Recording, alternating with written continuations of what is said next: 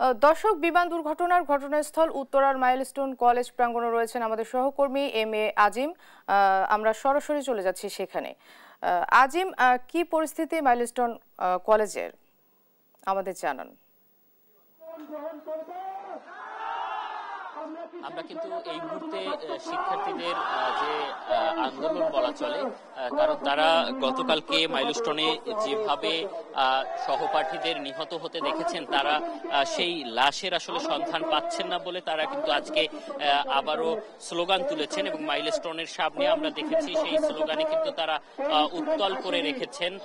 আমরা কিন্তু এখানে এই মুহূর্তে দেখতে পাচ্ছি যে তারা কিন্তু সেই স্লোগান তুলে কিন্তু প্রথমে জড়ো হয়েছিলেন মাইলস্টোনের সামনে যে মেট্রো রেলের যে গোল চত্বরটি রয়েছে, সেই গোল চত্বরটিতে প্রথম তারা জড়ো হন এবং সেখান থেকে জড়ো হয়ে তারা কিন্তু সড়কটিতে আন্দোলন করছিলেন। তারপরে আমরা দেখেছি তারা সড়কটি ছেড়ে দিয়ে সেখানকার যে গোল চত্বর, সেই গোল চত্বরে তারা জড়ো হন। পরবর্তীতে সেই কর্মসূচিতে আরো অনেক শিক্ষার্থী আসলে তারা কিন্তু এখন সেখান থেকে ছেড়ে দিয়ে তারা এখন শিক্ষা প্রতিষ্ঠানটি রয়েছে সেই শিক্ষা প্রতিষ্ঠানটির দিকে এগিয়ে যাচ্ছেন এবং তারা আসলে সেই এগিয়ে যাওয়ার মধ্যেও কিন্তু তারা তাদের যে স্লোগান সেগুলো তুলছেন যে রাজনীতি চলবে না। এবং তারা যে দেখেছেন সরকারিভাবে যে ব্রিফিং করে যে হিসেবগুলো তাদেরকে দেয়া হয়েছে, সেই হিসেবগুলোর সাথে তারা আসলে অনেক রয়েছেন যাদেরকে আসলে তারা খুঁজে পাচ্ছেন না বা সজাচ্ছেন না। এবং সে যে সহপাঠী রয়েছে বা নিখোঁজ যে সন্তানরা রয়েছে তাদের আসলে সন্ধান না দেওয়া পর্যন্ত তারা আসলে তাদের যে আন্দোলন কর্মসূচি, সেই আন্দোলন কর্মসূচি কিন্তু সেটি বলছেন। এবং আমরা আছেন তাদের সবশেষ অবস্থা জানা প্রশাসনের কোনো ঊর্ধ্বতন কর্মকর্তাকে আমরা এখানে দেখিনি, যে শিক্ষার্থীদের সাথে এসে তাদের এই যে দাবির প্রেক্ষিতে তাদের সাথে কথা বলতে। এবং আমরা দেখছি এই মুহূর্তে তারা কিন্তু আসলে দুর্ঘটনাটি ঘটে সেই শিক্ষা প্রতিষ্ঠানটির দিকে তারা এগিয়ে যাচ্ছেন এবং এখানে শুধুমাত্র যে শিক্ষার্থীরা রয়েছেন তা কিন্তু নয়, শিক্ষার্থীদের সাথে কিন্তু অভিভাবকরা রয়েছেন এবং এখানকার এলাকার যে লোকজন তারাও কিন্তু এখানে রয়েছেন। সবারই কিন্তু একটাই দাবি, যেটা হচ্ছে যে যারা নিহত হয়েছেন সেই সঠিক সংখ্যাটি প্রকাশ এবং নিহতদের লাশের আসলে সন্ধান এবং যারা এখনো সন্ধান পাচ্ছেন না তাদের আসলে সন্তান বা সহপাঠী আসলে কোথায় চিকিৎসাধীন রয়েছেন এবং সেই জিনিসটি আসলে জানানোর যে দাবি সেটি কিন্তু তারা করছেন। আমরা শিক্ষার্থীদের সাথে কিন্তু এখন শিক্ষা প্রতিষ্ঠানটিতে যেখানে আসলে দুর্ঘটনা ঘটে তারা সেখানে যাচ্ছে করছি এবং তারা সেখানে গিয়ে আসলে কি কর্মসূচি বা কি ধরনের কার্যক্রম তারা করছে সেটি আসলে আপনারা আমাদের সাথেই থাকুন। আমরা এখনো আমাদের সাথে মাইলস্টোনের যে প্রধান যে গেট, সেই গেটের কাছাকাছি আমরা চলে এসেছি এবং এখানেই কিন্তু গতকালকে দুর্ঘটনাটি ঘটে এবং দুর্ঘটনার পর কিন্তু এই যে সকল শিক্ষার্থীরা আজকে আন্দোলন বা শিক্ষার্থীদের উদ্ধারে কালকে একত্রে প্রশাসন এবং উদ্ধারকারী যে দল রয়েছে সেই উদ্ধারকারী দলের সাথে একত্রে হয়ে তারা কিন্তু কাজ করছে এবং সেক্ষেত্রে তারা যে ধরনের আহত বা যে ধরনের নিহত তারা দেখেছেন, সেই আহত নিহতের সংখ্যার সাথে তারা আসলে সরকারিভাবে নিহতের সংখ্যা আরো অনেক হওয়ার কথা এবং সেই জায়গাটি তারা দেখছেন না। এবং গতকালকে উদ্ধার অভিযান নিয়েও তারা আসলে নানা ধরনের প্রশ্ন তুলছেন এবং তারা বলছেন যে উদ্ধার অভিযানের সময় আসলে লাশ ঠিকভাবে সঠিক জায়গায় আসলে নেওয়া হয়নি, সেটি নিয়েও তারা প্রশ্ন তুলছেন। এবং গতকাল সেই বিষয়গুলো নিয়ে তারা কিন্তু আসলে বলছেন যে সেগুলোতে করে তাদের যে সহপাঠী বা স্বজন যারা রয়েছেন তাদের লাশ আসলে গায়েব করা হয়েছে, সেরকম কিন্তু তারা বলছেন। এবং আমরা এই মুহূর্তে কিন্তু একদমই মাইলস্টোন যে স্কুল অ্যান্ড কলেজটি রয়েছে সেই স্কুল অ্যান্ড কলেজের যে প্রধান ফটক, সেই প্রধান ফটকে অবস্থান করছি। এখানে এই মুহূর্তে আপনারা দেখতে পাচ্ছেন যে আন্দোলনরত যে শিক্ষার্থীরা এখানে ছিলেন তারা কিন্তু এই মুহূর্তে মাইলস্টোনে প্রবেশ করছেন এবং তারা এতক্ষণ আন্দোলনটি করছিলেন একদম প্রধান সড়কে, বলা চলে মেট্রো রেলের যে শেষ যে ডিপোটি, সেই ডিপোর সামনের গোল চত্বরটিতে তারা অবস্থান করছিলেন। এখন কিন্তু এই মুহূর্তে শিক্ষার্থীরা আসলে মাইলস্টোন স্কুল অ্যান্ড কলেজটিতে প্রবেশ করছেন এবং সেখানে তারা যে ধরনের স্লোগান তুলছিলেন।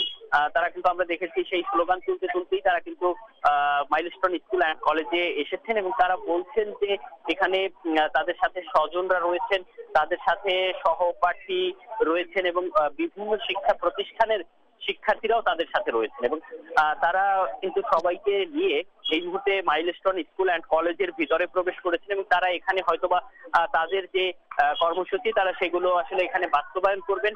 আমরা এখানে যদি কয়েকজন রয়েছেন, আমরা হয়তোবা তারা এখানকার, আমরা একটু কথা বলতে পারি আপনাদের সাথে?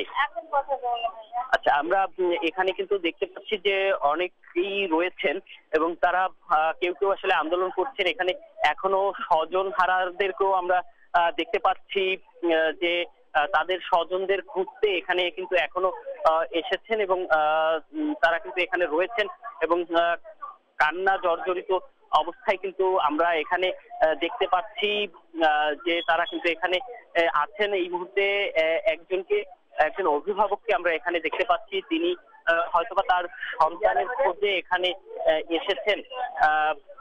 আমরা যদি একটু কথা বলার চেষ্টা করি, এক জায়গায় তারপর বলি আমরা এখনো পাইনি খুঁজে। আপনার কে হয় এবং পেয়েছেন কিনা?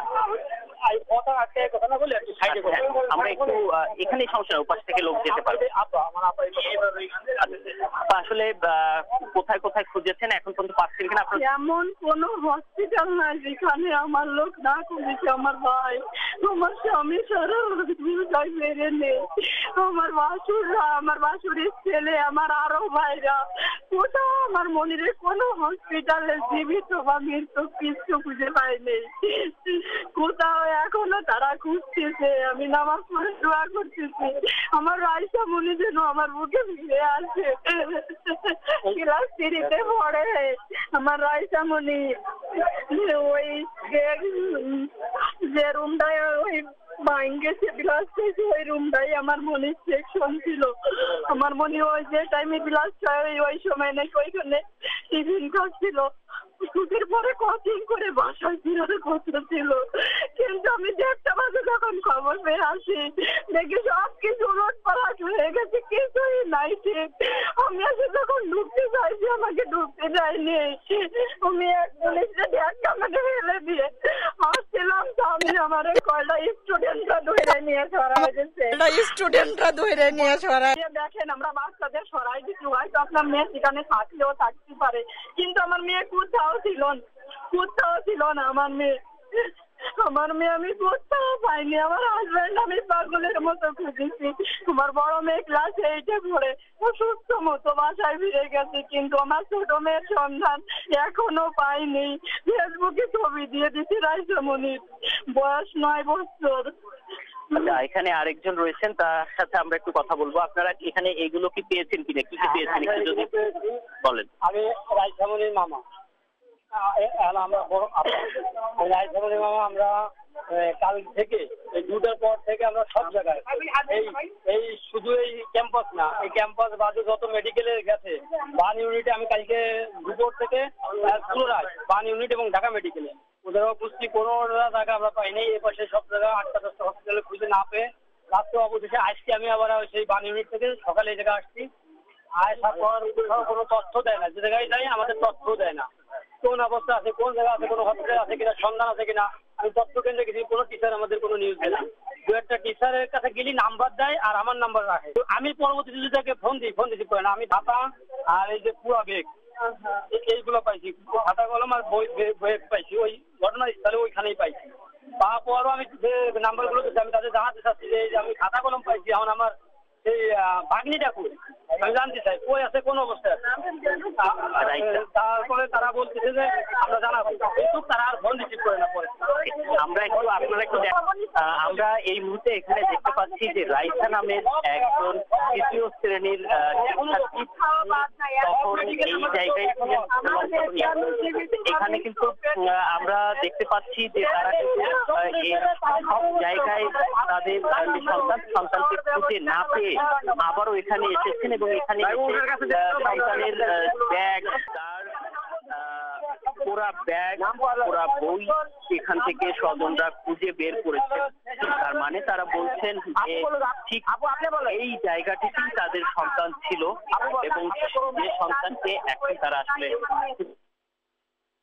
আসলে বিভিন্ন জায়গায় খুঁজেছেন, বিভিন্ন জায়গায় খুঁজে ফেরেও আসলে তারা কিন্তু তাদের সন্তানকে না পেয়ে এখন আসলে কান্না জর্জরিত ভাবে তারা আসলে তাদের যে চোখের পানি সেটি আসলে দেখার মতো নয়।